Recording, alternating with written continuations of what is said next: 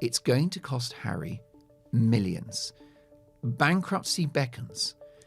Be clear that those two, Harry and Meghan, have got cash in the bank. Yes, they do. None of it earned through good enterprise and hard work and talent. Most of their cash is money from the late Queen Mother and from the aforementioned Diana. If Harry goes bust, Harry goes bust. I've been treated very, very, very differently to everybody else that exists. All examples that exist, past, present, I have been singled out. He faces an unbelievable legal bill thanks to his attack on the Daily Mail. Now, publishers of the Daily Mail argue that the claimant Harry and his team and their legal team handled the case in such an exceptionally improper manner that the court should require them to pay costs on an indemnity basis. The indemnity costs order would go beyond the usual standard costs, potentially making the claimants responsible for the vast majority of the legal fees incurred by both parties, although the amounts claimed would still have to meet the court's test of reasonableness. So it's not just like, here's how much we want. The judge would comb through that and say, this is ridiculous, or, well, I can see that you actually put in this work. We understand that their insurance covered a combined $16.2 million, but Associated said its costs are around $34 million. Harry is not facing a financial problem anymore. He is facing a collapse. And the most dangerous part is that it does not look accidental. The money is gone, the insurance protection may have vanished, the charity created in Diana's memory is now suing him, and the one man who could have rescued him, King Charles, has reportedly refused to open the palace vault. This is not one scandal moving slowly through the headlines. This is every bill, every lawsuit, every broken alliance, and every hidden decision arriving at the same time. And the question is no longer whether Prince Harry is in trouble. The question is, who knew this was coming? Who kept pushing him forward? And who benefits now that the Sussex brand is staring at disaster? Nobody saw the exact ending until now, because the real threat was not the lawsuit itself. It was the thing Harry thought would protect him if the lawsuit exploded. When Harry launched his legal war against the Daily Mail, his team quietly secured a $16 million insurance policy through Temple Legal Protection. On the surface, that looked like a safety net, the kind of financial shield powerful people use when courtroom battles become dangerous. But insurance has one brutal rule. When you apply, you must disclose everything important. Every fact, every risk, every warning sign. Hide one detail that matters, and the protection can disappear overnight. And Harry's team filed that application on March 21st, 2022. But 3 days before that application, something happened that now sits at the center of the entire mystery. It involved Gavin Burrows, the witness Harry's side allegedly needed more than anyone else. Burrows was not some decorative name attached to the case. He was the foundation. He claimed direct knowledge of illegal activity inside British journalism, the kind of testimony that could turn emotion into evidence and grievance into a courtroom weapon. Without Burrows, Harry had outrage, pain, and public sympathy from some corners. But he did not have the kind of hard testimony that wins a case against a newspaper empire. And that is why the timing now looks so explosive. Temple Legal Protection is reportedly investigating one core question. Were the full facts disclosed before that $16 million policy was issued? Because if they were not, then the insurance does not simply shrink. It may not exist at all. And if that happens, Harry is left staring directly at a claimed Daily Mail legal bill of $34.8 million. Even if the policy had paid in full, it was already $18 million short.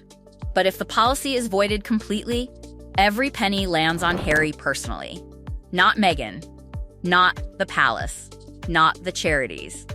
Harry, alone, exposed, and trapped inside the largest financial threat of his life. The people around him are already stepping away from the bill. Elton John has publicly made clear he is not an ATM and is not paying. Doreen Lawrence has confirmed she will not contribute a single penny. Liz Hurley reportedly cannot cover the gap without Elton's help. The alliance that once looked powerful suddenly looks fragile, because when the costs became real, the famous names did not move closer. They moved away. And that creates the first brutal power shift in this story. The celebrities who once made Harry's legal fight look untouchable now appear protected, while Harry is left holding the invoice. Then comes Gavin Burrows, the name this entire structure seems unable to escape. According to the timeline now being examined, on March 18th, 2022, Burrows allegedly appeared at the home of a researcher connected to the case in a confrontation witnessed by people present. After that, silence, no returned calls, no cooperation. Gone, 4 days later, Harry's legal team formally launched the claim against the Daily Mail. 3 days before launching it, they had already applied for the insurance policy. That sequence is not background detail. It is the fuse. Because if the witness problem was already visible, then every decision afterward becomes more difficult to explain.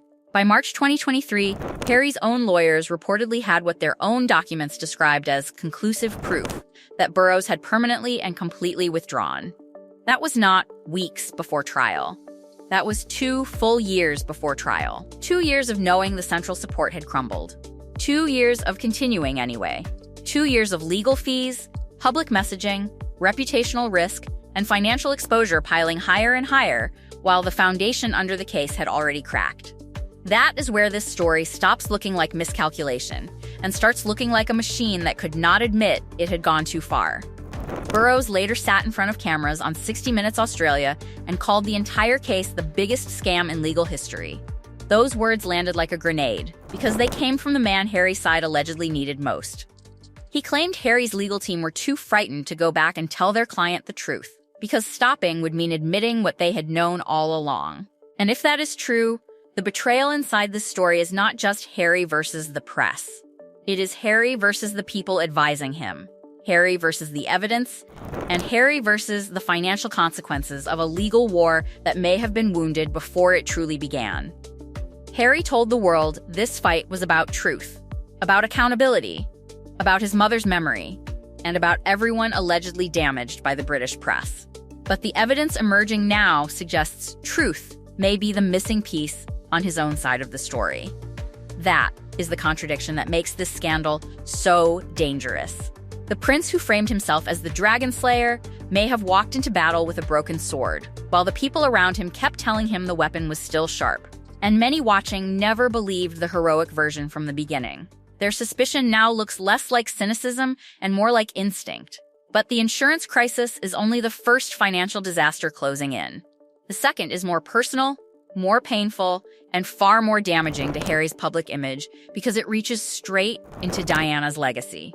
Diana spent her final years fighting for people living with AIDS.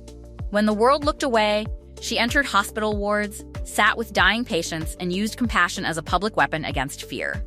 Harry later founded Sentebale to help young people affected by HIV in Lesotho, presenting it as the continuation of his mother's work.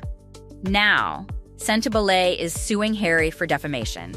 The charity built in Diana's memory is taking Diana's son to the High Court.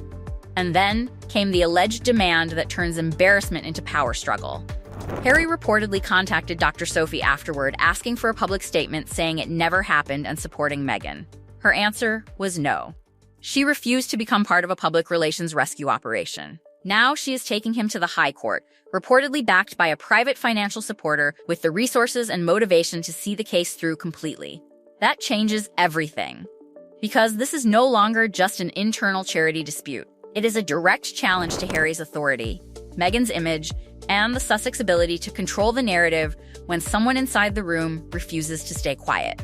The Charity Commission has already admonished Harry publicly for making the dispute a public spectacle instead of handling it internally. That detail matters, because it strips away one of Harry's most useful protections, the idea that his charity work exists above the celebrity drama.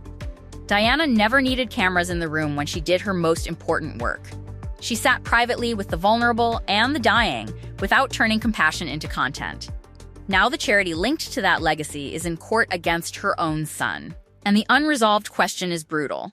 If Sentebale was supposed to prove Harry had preserved Diana's mission, what does it prove now? People keep asking one question that nobody inside the palace seems willing to answer directly. If Harry is facing financial pressure on this scale, where does the money actually come from? The answer exposes a contradiction that has followed the Sussex story from the very beginning.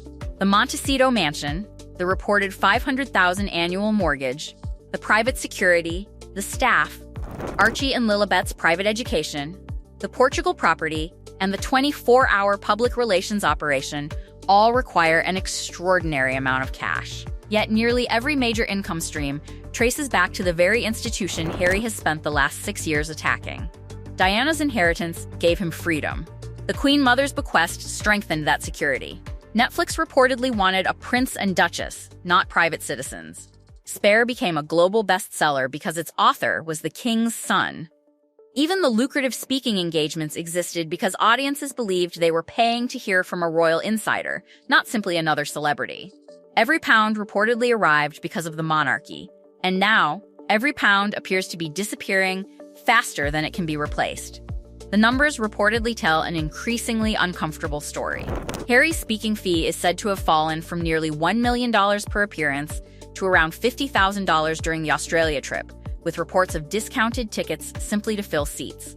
Meghan was reportedly charging around $2,000 for dinner appearances during that same period. That is why attention suddenly shifts back to Buckingham Palace. When every commercial opportunity appears weaker than before, one option still seems obvious from the outside: ask King Charles for help. But according to the document, that door has reportedly closed. Palace insiders are said to be consistent that there will be no financial rescue. Not because Charles has stopped caring about his son, but because every payment allegedly creates new leverage. The Highgrove meeting reportedly reflected that new reality. Meghan reportedly spent part of the visit waiting outside while Queen Camilla attended as a witness, reinforcing claims that the royal family no longer treats private conversations with Harry and Meghan as truly private after years of interviews, documentaries, and published memoirs. Then came Harry's public statement criticizing the British judiciary while still on royal grounds, an action the document describes as the moment Charles's patience finally reached its limit. The pressure reportedly does not stop there. Prince William is described as unwilling to intervene, with future reviews of titles, succession, and Harry's remaining royal status expected whenever the throne eventually passes. At almost the same moment, Meghan was reportedly attending a California dinner with influential Hollywood figures discussing the Highgrove meeting, while Sir Clive Alderton, the king's longtime advisor, whom Harry called the Wasp in Spare, announced his departure. Some believe that change could reshape future palace strategy, while others argue the institution itself never changes, regardless of who occupies the office. And that leaves the final, unanswered question hanging over everything. If Temple legal protection ultimately voids the insurance, if the Sentebale action succeeds, if the reported legal bills continue to grow while commercial income weakens and palace support remains unavailable, the greatest loss may not be money at all. According to the document, it could be the permanent collapse of the Sussex brand itself, leaving Harry and Meghan confronting consequences that extend far beyond any courtroom. While the next chapter of this royal conflict has only just begun.